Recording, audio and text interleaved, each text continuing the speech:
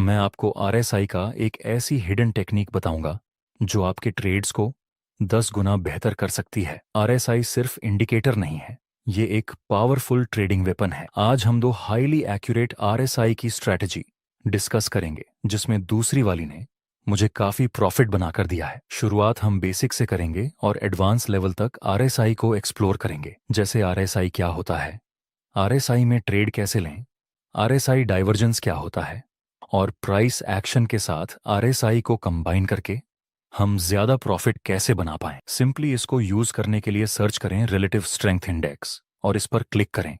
फिर आरएसआई आपके ग्राफ में प्लॉट हो जाएगा। इसमें मेन 3 इंपॉर्टेंट लेवल्स होते हैं, 30, 50 और 70। जब प्राइस 30 के नीचे होता है तो इसका मतलब है स्टॉक अभी सस्ता है या ओवरसोल्ड है, और जब प्राइस 70 के ऊपर होता है तो इसका मतलब है स्टॉक अभी महंगा है या ओवरबॉट है। आइए पहले स्टैंडर्ड स्ट्रैटेजी के बारे में डिस्कस करते हैं। इस स्ट्रैटेजी में लोग क्या करते हैं कि जब आरएसआई 30 के नीचे होता है तब वे सस्ता स्टॉक समझ के खरीद लेते हैं, और जब प्राइस 70 के ऊपर हो तब स्टॉक महंगा समझ के बेच देते हैं। जैसे यहाँ आरएसआई 30 के नीचे था तो ये एक बाय करने का सिग्नल हुआ और प्राइस ने ऊपर की तरफ मूवमेंट दिया भी, और यहाँ आरएसआई 70 के ऊपर था तो ये सेल करने का सिग्नल हुआ और प्राइस ने नीचे की तरफ मूवमेंट दिया भी।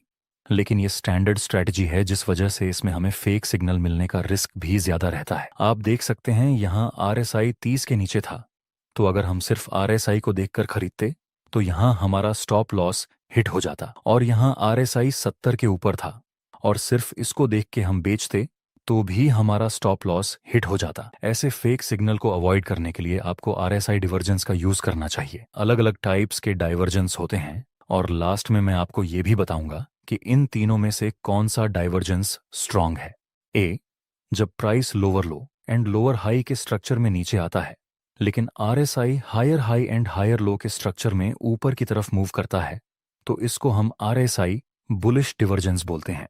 उसी तरह जब price higher high and higher low की फॉर्मेशन में ऊपर की तरफ मूव करती है, लेकिन RSI lower low and lower high की फॉर्मेशन बनाता है, तो ऐसे डाइवर्जेंस को हम बेरिश डाइवर्जेंस बोलते हैं। बी, दूसरा डाइवर्जेंस है जब मार्केट नीचे आ रहा होता है और नया लो नहीं बना पाता पर डबल बॉटम बनाता है, और नीचे आरएसआई भी higher high and higher low की फॉर्मेशन बनाने लगता है। ये एक बुलिश डाइवर्जेंस है, लेकिन स्ट्रॉन्ग बुलिश डाइवर्जेंस है। ये स्ट्रॉन्ग बुलिश डाइवर्जेंस क्यों है, इसका लॉजिक मैं आगे बताऊंगा। जब market higher high and higher low के स्ट्रक्चर में ऊपर की तरफ मूव करता है और नया हाई नहीं बना पाता पर डबल टॉप बनता है, और नीचे RSI lower low and lower high के स्ट्रक्चर में नीचे गिरने लगता है, तो ऐसे डाइवर्जेंस को हम स्ट्रॉन्ग बेरिश डाइवर्जेंस बोलते हैं। सी, तीसरा डाइवर्जेंस है कि जब प्राइस नीचे आती है लेकिन आरएसआई डबल बॉटम बनाता है या फिर आरएसआई फ्लैट हो जाता है। ये भी एक बुलिश डाइवर्जेंस है, लेकिन ऐसे डाइवर्जेंस हमारे कोई काम का नहीं। ऐसे ही प्राइस अप ट्रेंड में मूवमेंट करती है पर आरएसआई फ्लैट हो जाता है या डबल टॉप बनाता है। ये भी एक बेरिश डाइवर्जेंस है, लेकिन इसको भी हमें इग्नोर कर देना है। सी, डाइवर्जेंस को हमें इग्नोर करना है। बी, डाइवर्जेंस स्ट्रांग है क्योंकि यहां देखिए मार्केट नीचे नया लो नहीं बना पा रहा। अगर यहां सेलर्स सेल करने में ज्यादा इंटरेस्टेड होते तो हमें नया लो दिखने को मिलता, लेकिन ऐसा नहीं हुआ, जिस वजह से हम बोल सकते हैं कि यहां सेलर्स कमजोर हो रहे हैं और नीचे आरएसआई भी बुलिश डाइवर्जेंस शो कर रहा है। यहां हमें प्राइस में और आरएसआई में दोनों में सेम सिग्नल मिला सेलर्स की वीकनेस का, इसलिए ये एक स्ट्रॉन्ग बुलिश डाइवर्जेंस है। ए, डाइवर्जेंस नॉर्मल है क्योंकि अभी ये प्राइस तो नीचे मूव कर रही है, प्राइस में हमें कोई भी ऐसा सिग्नल नहीं मिला कि सेलर्स कमजोर हो रहे हैं। यहां सिर्फ और सिर्फ आरएसआई में ही सिग्नल मिल रहा है बुलिश डाइवर्जेंस का, इसलिए ये डाइवर्जेंस नॉर्मल है। और सी डाइवर्जेंस में तो प्राइस में भी कोई डाइवर्जेंस नहीं मिलता और आरएसआई भी सिर्फ फ्लैट है, इसलिए ऐसे डाइवर्जेंस को हमें इग्नोर कर देना है। अगर आप बिगिनर्स हैं तो शुरुआत में ये सब डाइवर्जेंस ड्रॉ करने में आपको बहुत ज्यादा तकलीफ आ सकती है, लेकिन इसका सोल्यूशन है मेरे पास। आप सिर्फ एक क्लिक करके सारे डाइवर्जेंस को ऑटोमेटिक प्लॉट कर सकते हैं, जिसके बारे में मैं आगे बताऊंगा। आइए अब समझते हैं इस डाइवर्जेंस स्ट्रेटजी का यूज करके हम ट्रेड कैसे करें और कैसे प्रॉफिट बना पाएं। स्टॉक मार्केट में एक बहुत पुरानी कहावत है कि भाव ही भगवान है। कोई भी इंडिकेटर हो, उसको हमें सिर्फ एक्स्ट्रा कॉन्फर्मेशन के लिए यूज करना है।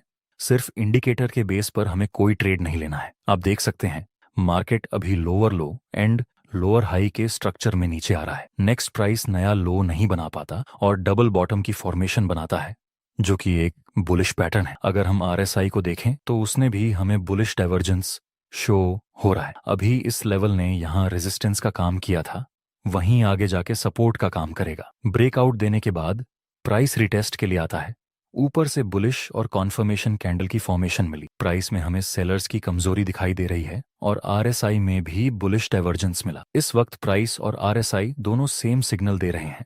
अब हम इसमें बाय में एंट्री कर सकते हैं। स्टॉप लॉस इस बुलिश कैंडल के लो से थोड़ा नीचे और प्रॉफिट टारगेट रखेंगे 1 से 2 या फिर नजदीकी रेजिस्टेंस के पास। आपको क्या लगता है हमारा प्रॉफिट टारगेट हिट हो जाएगा? फाइनली हमारा टारगेट हिट हो चुका है। अब कुछ लोग कहेंगे कि ये ट्रेड तो हम सिर्फ चार्ट पैटर्न का यूज करके भी ले सकते थे। ये डबल बॉटम, ये इसकी नेकलाइन का ब्रेकआउट और प्राइस रिटेस्ट करके ऊपर चला गया। ये तो बहुत ही सिंपल था, तो फिर इसमें आरएसआई को यूज करने की क्या जरूरत है? माय डियर फ्रेंड्स, कभी कभी चार्ट पैटर्न्स में भी फेक ब्रेकआउट मिलने के चांसेस रहते हैं, जिसको अवॉइड करने के लिए हम आरएसआई का यूज करते हैं। जैसे आप यहाँ पे देख सकते हैं, अभी प्राइस डाउन ट्रेंड में मूव कर रही है और नीचे डबल बॉटम की फॉर्मेशन मिली। ऊपर से हमें इस नेकलाइन का ब्रेकआउट मिला, तो अगर हम यहाँ बाय में एंट्री करते तो हमारा स्टॉप लॉस हिट हो जाता। पर इसके बजाय हमने आरएसआई का भी यूज किया होता तो हमें साफ दिखता कि अभी आरएसआई न ही ओवरसोल्ड है और न ही कोई बुलिश डिवर्जेंस दे रहा है। ट्रेड लेने से पहले हमने आरएसआई का यूज किया होता तो अभी हमारा जो स्टॉप लॉस हिट हुआ वो नहीं होता। अब आप समझ गए होंगे कि क्यों हमें आरएसआई का यूज करना चाहिए। यहां आप देख सकते हैं market lower low and lower high के स्ट्रक्चर में नीचे आ रहा है, जिसमें पास ये एक इंपॉर्टेंट रेजिस्टेंस लेवल है और ये लेवल भी हमारे काम का है, जो अभी अभी नीचे ब्रेक हो चुका है। आइए देखते हैं आगे क्या होता है। नेक्स्ट टाइम प्राइस ने इस मेन रेजिस्टेंस लेवल को अप्रोच किया और शूटिंग स्टार और कॉन्फर्मेशन कैंडल की फॉर्मेशन मिली, वो भी मेन रेजिस्टेंस लेवल के पास। प्राइस एक्शन के अनुसार ये एक सेल करने का सिग्नल है, लेकिन हमें एक और कॉन्फर्मेशन चाहिए। क्या आरएसआई में कोई बियरिश डिवर्जेंस या ओवरबॉट जैसा कोई सिग्नल मिला? इस बार हमें आरएसआई में भी एक बियरिश डिवर्जेंस का सिग्नल मिला। अब हम सेल में एंट्री कर सकते हैं।